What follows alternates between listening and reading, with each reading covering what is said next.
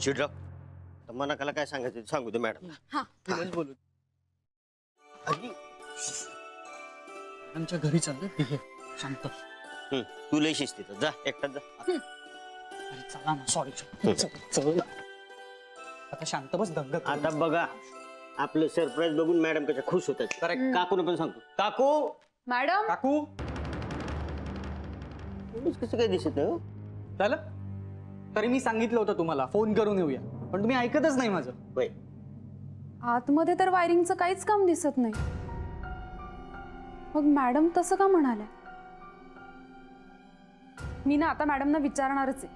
त्या माझ्यावर रागवल्या तरी चालेल पण आपल्याला कळायलाच हवं नक्की काय प्रॉब्लेम आहे.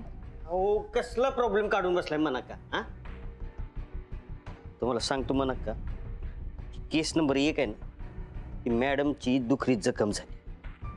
जर खपली निघाली की मॅडमचं मन हळवं होत म्हणून त्या आदनमधनं उदास असत. मला सांगतो म्हणा ते कोणी एकदा सापडू दे मग बघा समजा कसं ठीक होत. त्या खुन्याला शिक्षा झाली ना आपण समधी मिळून या घरात सेलिब्रेशन करू. करेक्ट. हो आपण ना तेव्हा सारखा केक कापू धमाल करूयात या घराला रोषणाई करून टाकू. पार्टी करूयात. त्या खुन्याची ना वरात काढू गल्ली.